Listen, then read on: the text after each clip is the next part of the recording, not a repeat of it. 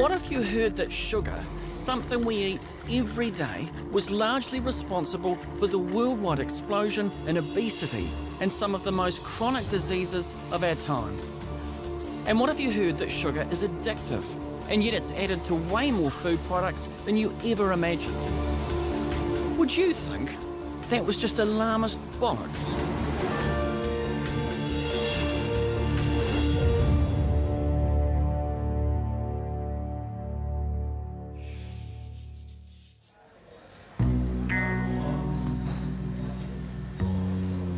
So the first time I heard all about the sugar being toxic stuff was an American bloke on the telly, and to be honest, I just rolled my eyes because it seems like everything's toxic and bad for you these days. And I don't have a lot of sugar. I have some in my coffee, I have the occasional cronut, and I figure I'm allowed because I exercise. So I just thought, well, how bad can it really be? To find some answers, I'm going to meet one of the world's most vocal critics against sugar. He's the man I saw on the telly, Professor Robert Lustig, and he's become a YouTube sensation. So we are being poisoned by this stuff, and it's been added surreptitiously to all of our food, every processed food. Okay, and the question is, why? How did this happen? Professor Lustig is now internationally sought after for his potent anti-sugar message.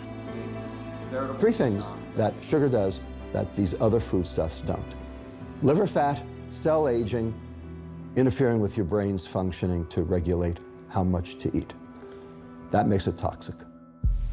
Sugar? Toxic? Isn't that a bit shock jock? After all, water will kill you if you overdo it. Dr. Lustig goes even further. He compares sugar with one of the most toxic substances out there. It's not the nicotine that's toxic, it's the tars that are toxic. The whole cigarette is toxic. Professor Lustig, are you saying that the standard of evidence for the toxicity of sugar and the disease-causing effects of sugar are the same as for tobacco? Absolutely. How is it that people are still lagging behind in terms of their understanding of the disease-causing effect of sugar?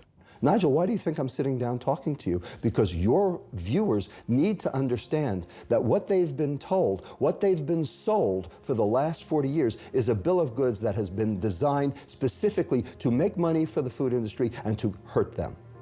It's time to change the paradigm. Well, something's got to change, because more than 65% of Kiwi adults are now obese or overweight, and nearly 33% of children. And as I look around, I'm now wondering how much is sugar implicated in all of this? So the first question is, how much sugar do you need? And the answer is 0. There are no biological processes in the body that require dietary sugar. Your liver has a capacity to metabolize a finite amount. A little is okay, a lot is not. When you overwhelm your liver's capacity to metabolize it, you get in trouble. And that is what we are seeing. And he reckons that's because sugar is being slipped into everyday food without us knowing it. So all this stuff has got me thinking about how much sugar is in the food that I would normally buy. So I've come here to a typical supermarket so I can have a look.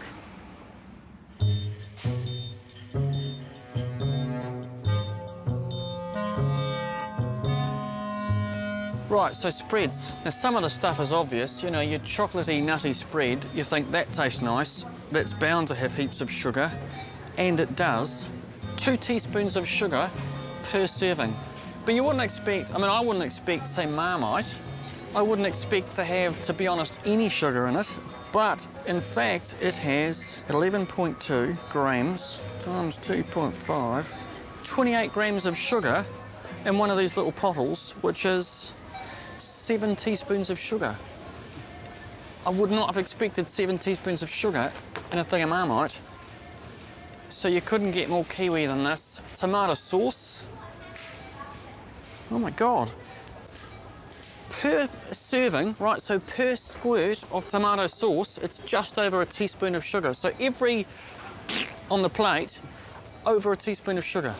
That's I didn't know that. Mayonnaise. We'll go for the light, you know, got the Heart Foundation tick.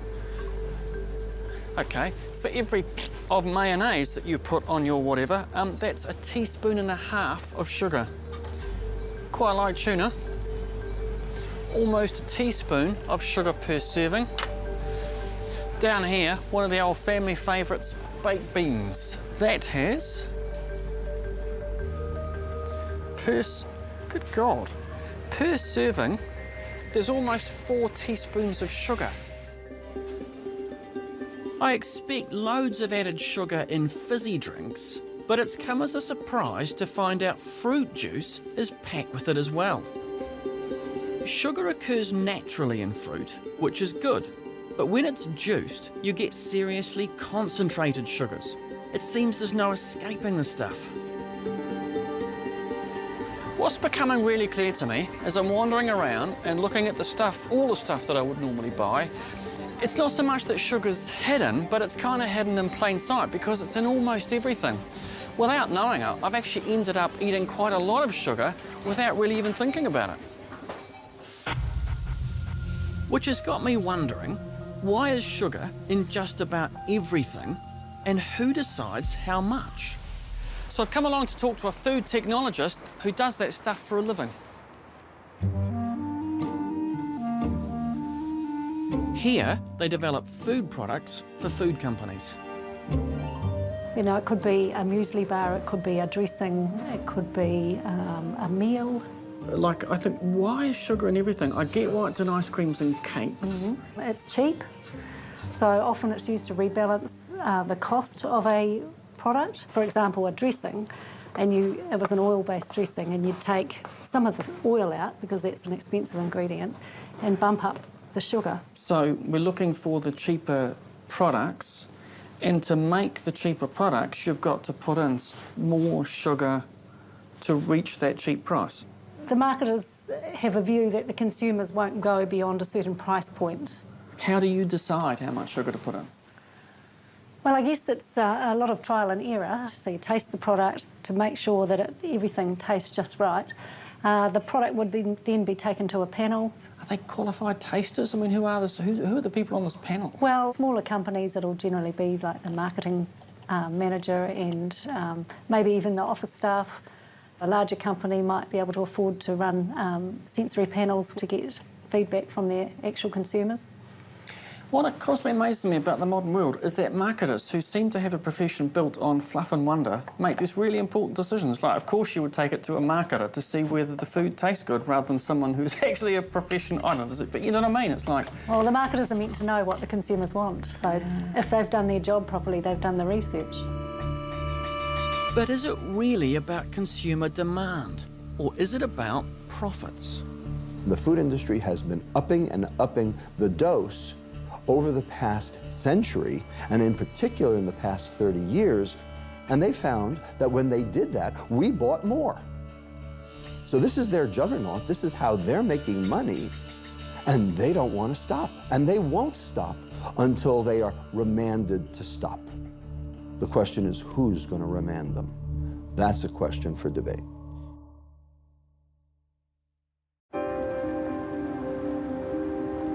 I'm discovering that sugar is in just about everything we eat. But when it comes to my own food and lifestyle, I like to think I choose healthy options. This would pretty much be how I would start most mornings. It's a coffee, bit of a plunger. Go with the one sugar, not a lot of sugar.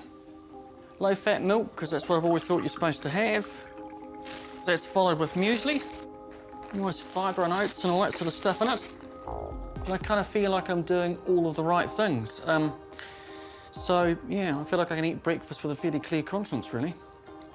I also take my exercise fairly seriously. About 20 kgs of books, made up with another 15 kgs of rocks. And who needs a gym? You just gotta get a bunch of heavy stuff and apply it to a hill. Crack on.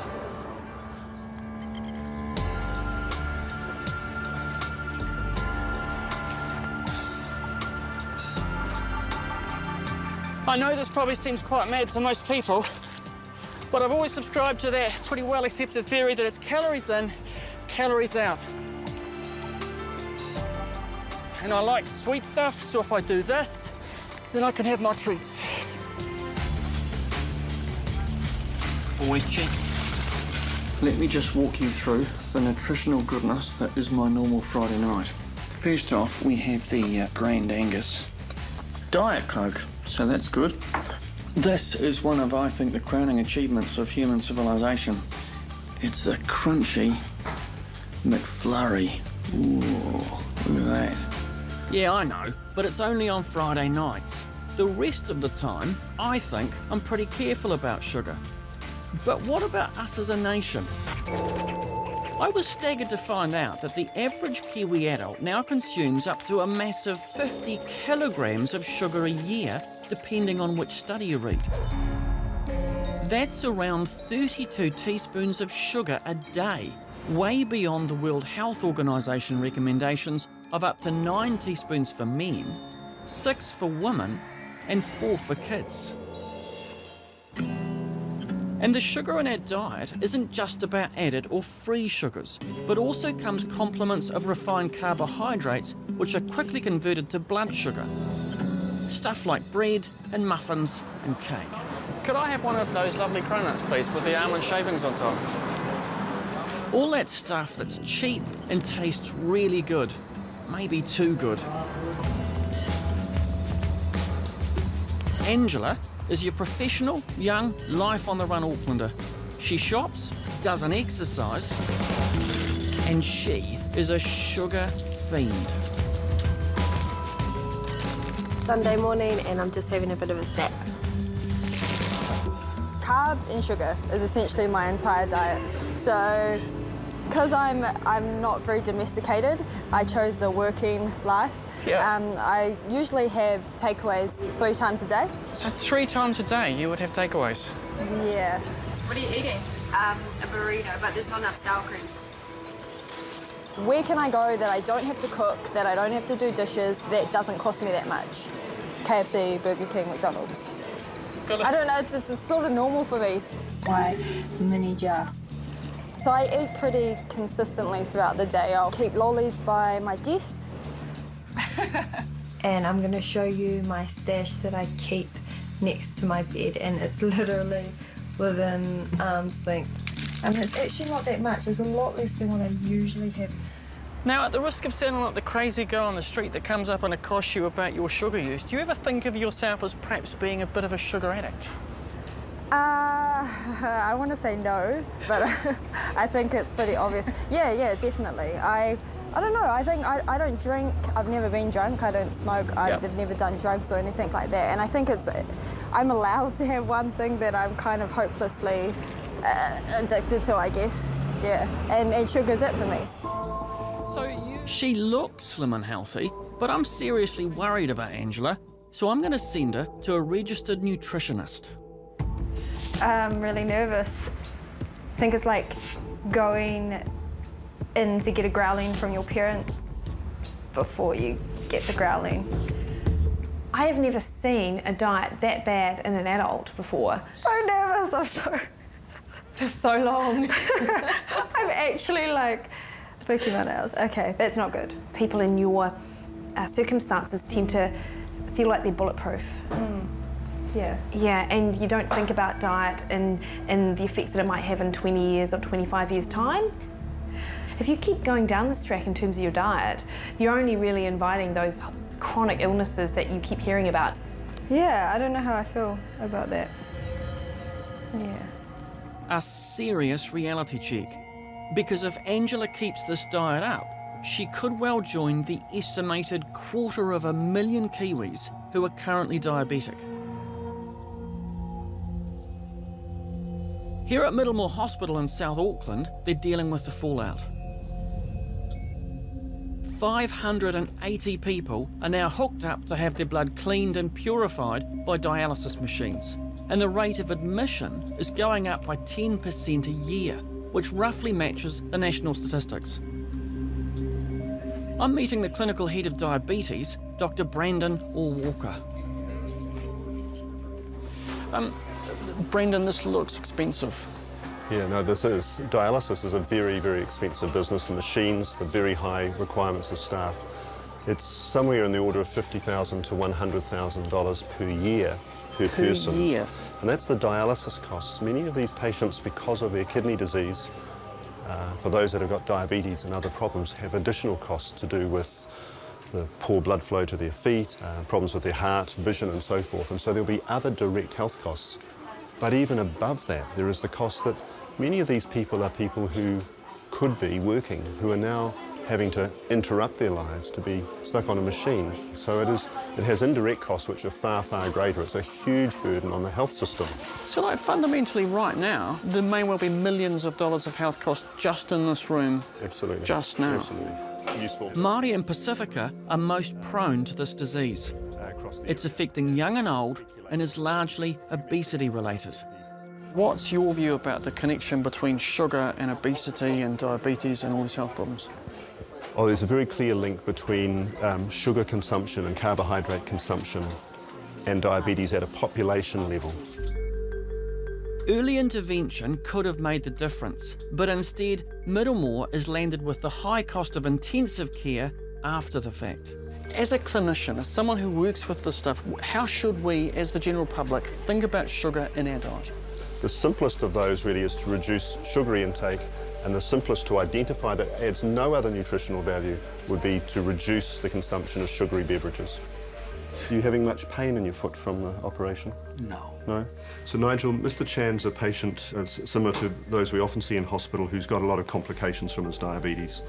Those complications resulted in infections and amputation of his big toe. But he's also got other complications. He's got some difficulty with his eyes and his kidneys and his nerves. What do you think caused your diabetes? Well, in fact, I was taking too much sugar. That's what it happened to me. Even though I've got a family history of diabetes, you know, to me it was, oh, Mum's taking her pills, Dad's taking his. Marilyn is 53.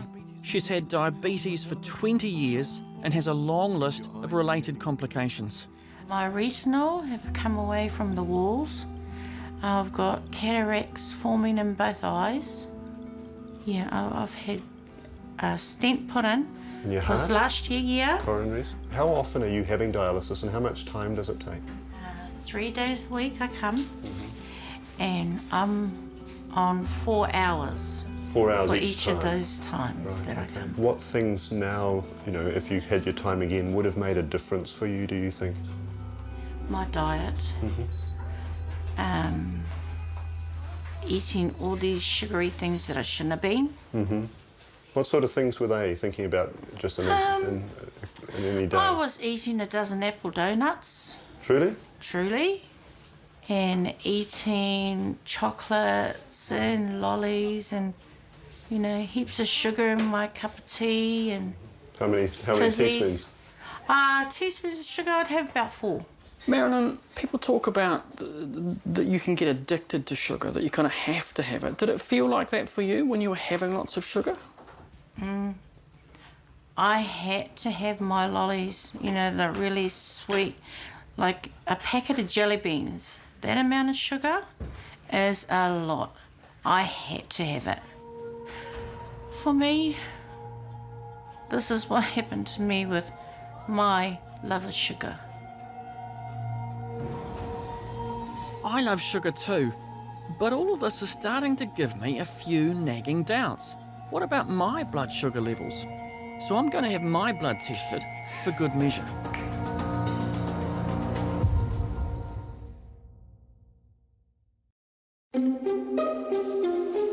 Sugar is strongly implicated in the worldwide obesity explosion and obesity-related diseases. For my part though, I reckon I'm pretty sensible about food and exercise. So just quietly, I'll be pretty confident that I'm doing all right in terms of the health stuff and the diet stuff, but I've had a blood test and I've kept a food diary for a couple of weeks.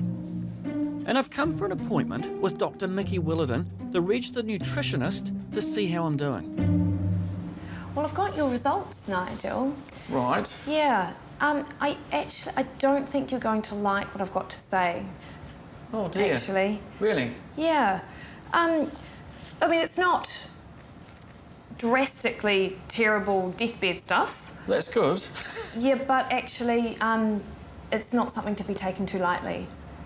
Okay. Yeah, so the ones which I'm concerned about are in fact your triglycerides. Because they're bad, aren't they? They are bad, yeah. Okay. So, Just so you know, triglycerides are a type of fat found in the blood. triglycerides are a sign of excess sugar in the diet. So it just makes the blood like a little bit stickier, Yep. which increases the risk of clotting, which can increase the risk of heart attacks. And the bad news just keeps coming. The recommended level from the National Heart Foundation would be that you'd have them below 1.7 Yep. millimoles per litre, and yours are actually at 2.4. That seems quite high. It is actually quite high. Yeah, Okay. Yeah. You know, you look fairly fit and fairly lean, but that doesn't necessarily mean you're not at risk of inflammation and heart disease. That was unexpected and, to be honest, quite shocking, because I thought this would just be the, oh, yep, you're great, you've got an outstanding diet, and instead I discover that actually I've got my diet and my blood results are actually quite concerning. And it's like, I'm 46, I shouldn't have concerning blood results at this point. So, yeah, like, it's suddenly become less a bit of a tally doddle, and I'm thinking, shit, I need to really seriously change some things in my diet and look at what I'm eating. It seems like everything I've been led to believe about eating may well be wrong. But why is sugar suddenly the bad guy? All of my life, I've believed that old dietary line that it's about fat. So you eat low fat, which means you eat less fat, which means you don't get fat. The low-fat revolution really took hold in the 70s and 80s as alarm grew over heart disease. The family roast with its natural saturated fats was out, and low fat was in. When they took the fat out of the food tasted like cardboard. Food industry knew that. Had to do something. So what'd they do? Dump in the sugar. And not just that, low fat didn't make us any thinner. In fact, just the opposite. We've got steadily fatter and unhealthier as the sugar in our diet has increased.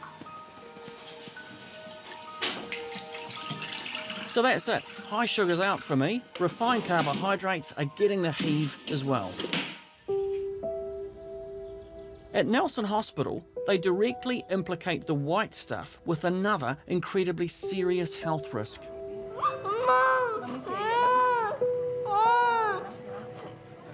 Keep talking to him.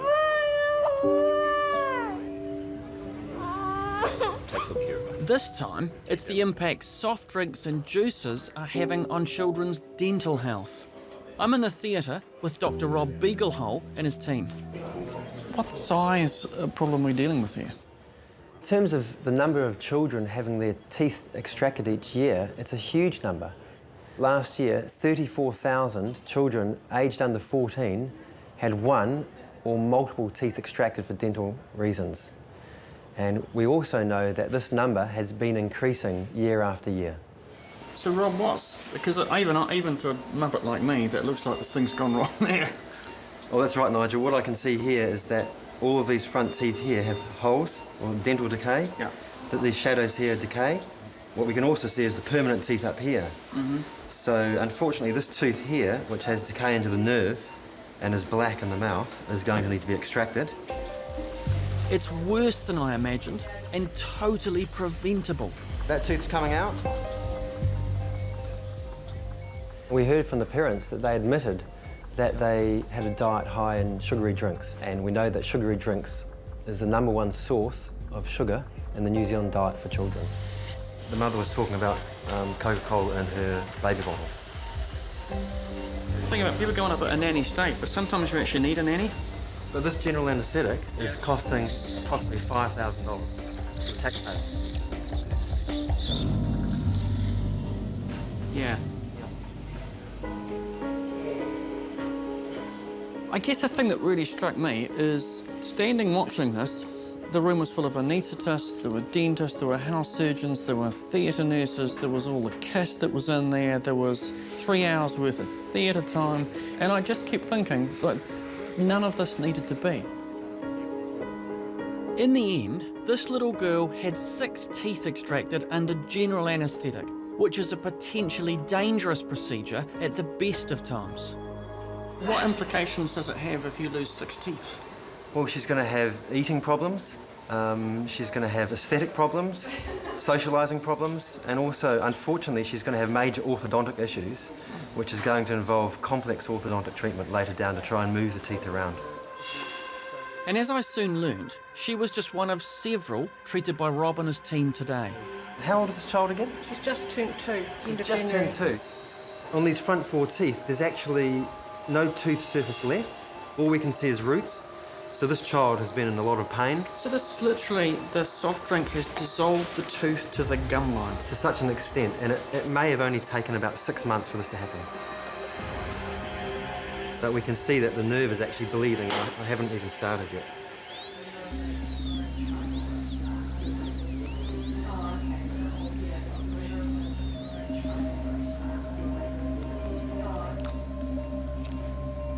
As a parent, this is excruciating to watch.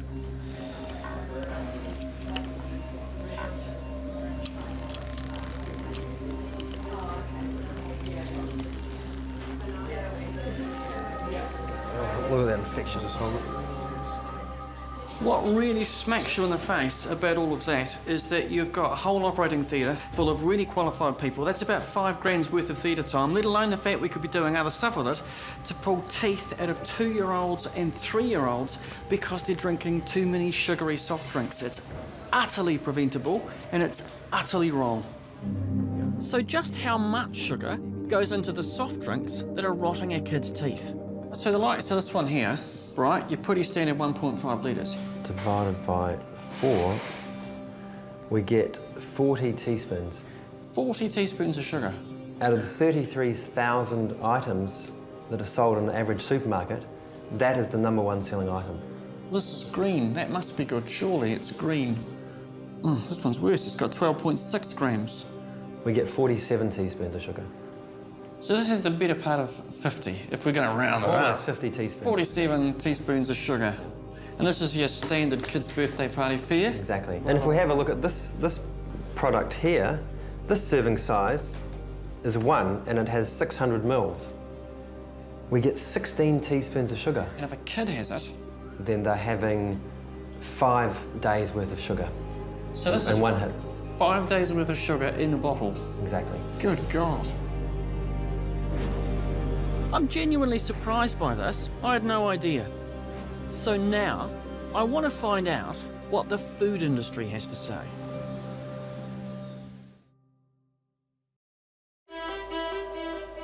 In discovering just how much sugar we all consume, I've made some quite big changes to my own life.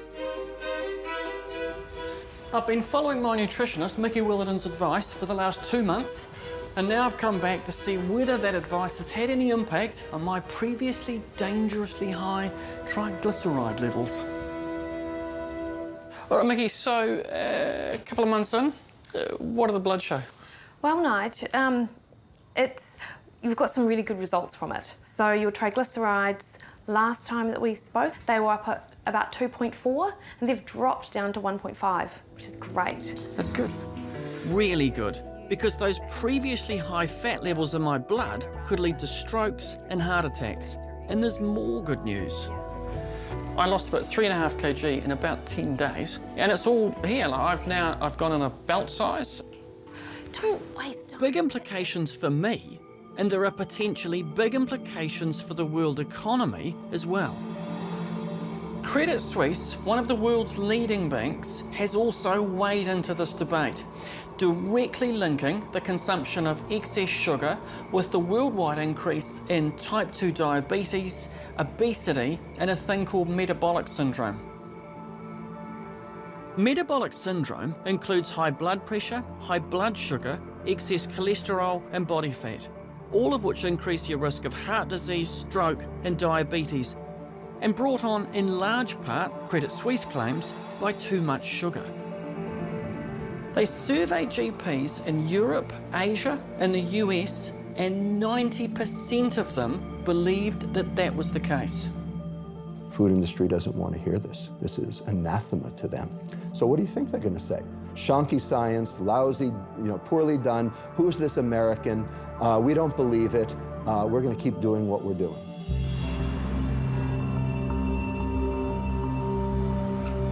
The food industry has its own interpretation of the science. I want to hear their opinion about Professor Lustig and his whole sugar is toxic message. I think Robert Lustig exaggerates the role of sugar. I think a lot of his comments are melodramatic. Some of his comments have been called hysterical. And so when you look at the comments from a number of well-respected academics in New Zealand and around the world, they'll say, look, he's raising the issue about consuming too much sugar, but to say sugar is toxic and sugar is a poison as a standalone statement is patently untrue. Maybe, but sugar is heavily implicated in bad health outcomes. So why not price it out of easy reach? Why not introduce a sugar tax? Nowhere in the world has a soda tax made a big difference to obesity, or fat taxes made a big difference to obesity. Because the issue is, it's not the sugar or the fat, it's everything. It's eating too much and not getting enough exercise. I think it's interesting with regard to sugar, in particular soft drinks, that they are often cheaper on a per litre basis than water is delivered to the same place. And I think we could redress that by having something in the cost structure. And industry haven't done that themselves. They've actually priced the water as being more expensive. Yeah, it's interesting. They say, oh no, price won't make any difference. Yeah, well, it's interesting that price seems to be very relevant for the constituency that are drinking the most of this stuff. And it's typically children, often poorer people.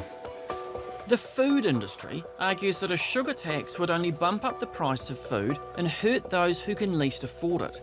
But the New Zealand Medical Journal has published research saying a 20% tax on soda drinks would not only save lives, but generate millions in revenue for health programs. Part of learning to be an adult is navigating your way around all those choices, because the choices you make will have an impact on your life. The government can't make you go for a walk around the block. Completely agree. The government can't decide what you want to put in your supermarket trolley. And I don't want to live in a country where the government has that kind of control. When we're talking about people making better choices around nutrition and taking more responsibility, how difficult is that in light of the very skillful, focused and effective marketing campaigns that the people selling this stuff do? Let's not pretend for 1 second that any marketing campaign can force you to take something off the shelf and put it into your trolley. It still comes down to personal choice and understanding how important moderate eating is. But the psychologist in me, and I can't help being one, says that they are very good at influencing our behaviour. I mean, so I guess what I'm asking is, in the context of... I have a different view. I think advertising campaigns give me the information that I need as a consumer, but I'll decide what to put in my trolley. It's all very well to talk about personal responsibility, but how's this for a little bit of persuasion? I've just been to the supermarket and bought 3 1.5 litre bottles of soft drink for $6. $6. And a lot of the people that I've been talking to say they feel there's little or no personal choice in it because they're addicted or at the very least habituated to sugar. So isn't it time the food industry stepped up and took more responsibility? Ultimately, the food industry doesn't care what they sell you, as long as they sell you. As long as their profits are untouched, they'll sell you anything you want. And I'm not against the food industry making money. I am against the food industry making money by selling things that hurt people. So it has to be government level and it has to be across the board because... I don't see any way around it. I don't see how government can stay out of it. Because how can the food industry work in concert without governmental leadership?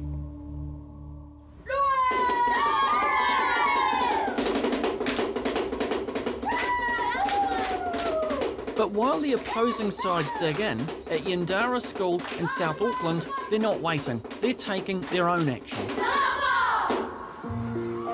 Here they've banned soft drinks, and they're encouraging real lifestyle change.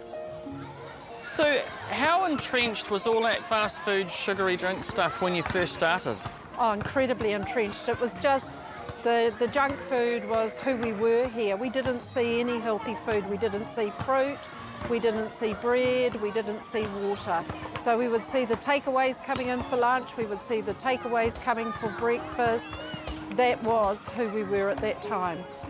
And there's been a marked ripple effect. In terms of changing behaviour at home of parents, has that made a difference? We've used our children to be the educators of their parents, basically. And it's really lovely when parents come in and tell us funny stories of when they've been to the supermarket, shopping with their 5-year-olds who will say, no, we can't have that. We want to have healthy food, and this is the reason why. No fast food here, and the principal says they're getting noticeably slimmer. So what have you guys got in your lunch today? You've got an enormous bag of carrots and, oh, look at that, we've got the nuts in there, and you've got oranges and yogurt and fruit. What's better for your teeth? Is it better to drink water or fizzy drink? Water. Aha. Water makes you better. Yes, it does. Water makes you better. And you go toilet. And you... Yes, that's true. So here's the thing. Clearly what Yandara School's achieved is remarkable. They've changed the way that their kids eat, and because of that, they've reduced the amount of obesity in the school. Who likes cucumber? Oh, the kids are better in class, their families are changing, and it's changing the wider community as well. It's all very well to talk about personal responsibility, and a lot of people think that's just people should sort stuff out for themselves. The truth is that that's not how you change behaviour. The psychology of how you change behaviour is you need leadership, and you need focus, and you need follow-up, and you need people to steer the process. It's what the team at Yandara School have done, and it works.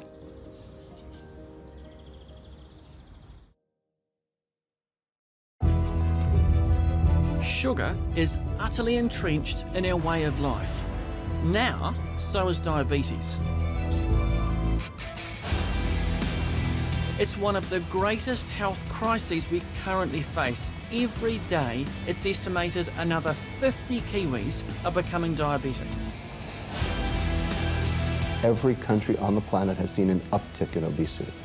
But worse yet, we have seen an uptick in diabetes that actually outclasses the increase in obesity.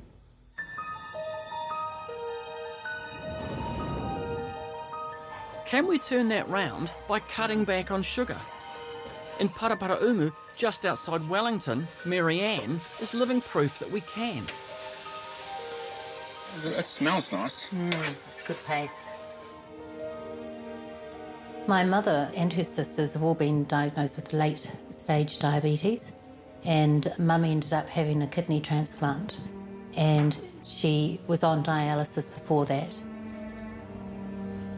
She ended up in hospital, and she ended up in a coma. So you saw diabetes take your mum's life, and then you were told that you were pre-diabetic, so that must have been pretty crushing. It was incredibly stressful and very, very scary. Gary came home one day after work, after we'd been looking at various diets. He came home and he said, "We're going sugar-free." Gary, Marianne's husband, is a pilot. He led the charge. Hey Gary, Nigel. Nigel. Come round to your place to cook a curry. Oh, love it. We went through the pantry, went through the fridge. If it had more than 5% sugar, it was gone. We found dextrose or glucose was our sugar substitute, and then started eating real food. How easy was it to give up sugar? Because did you miss it? Oh, that first couple of weeks was, probably the first 4 days were the worst. It smells really nice. Part of me thinks this is fantastic because it's really simple. But where does this fit in terms of all the sugar stuff? The curry paste that we use have got less than 1 gram of sugar per 100 grams. Right. And we advocate with sugar-free cooking that it's not actually sugar-free, but it's within 4 grams per 100. So you're not like a total zealot, like you don't treat it like it's just toxic. You'll still have a little bit in there. Yes. But you just keep it at that lower end. That's correct. That simple choice has had a profound effect on Marianne's life and health. What difference has it made for you in terms of the physiology? It's made 18 kilos difference to me. And what about the diabetes? What's happened with that? It's gone. I'm not pre-diabetic now, so that's excellent. So I have absolutely no risk of being diabetic, apparently. What was your life like before you got rid of sugar? Like, what were you like then? I was big. Really big. My peak got 106. And now? 72 and a half. That's quite a significant drop.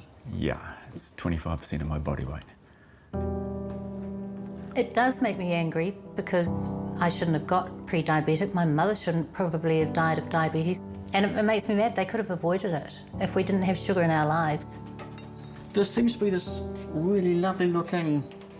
That's Gary's berry fat bomb. It's got no sugar at all.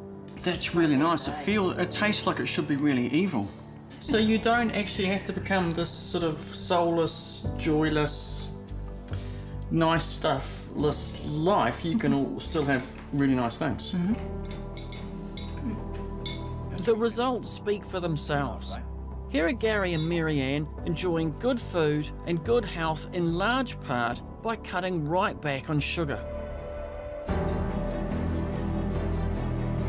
When I started this journey, I thought I was doing all right, moderation in all things, you know, a bit of sugar to go with the exercise. Turns out, I was far from all right. My blood count was too high in the fats that cause strokes and heart attacks. I discovered that our sugar-rich diet and the volumes of soft drinks we're swilling is tipping us into a crippling health crisis. Kids are coming into the hospital having their teeth out in record numbers.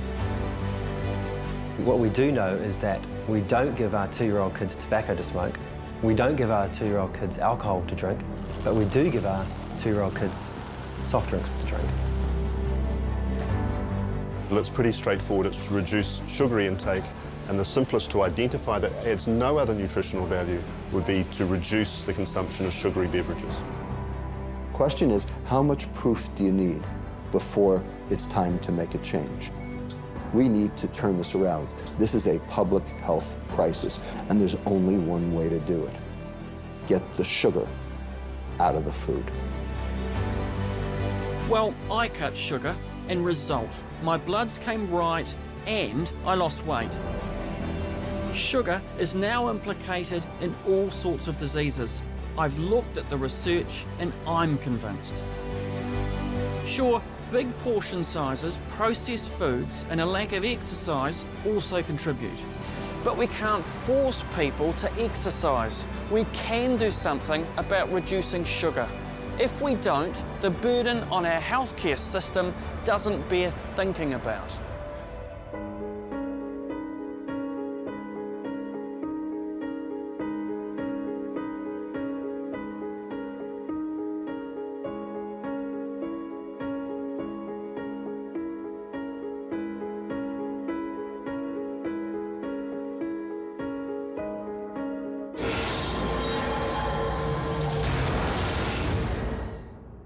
This program was made with funding from New Zealand On Air.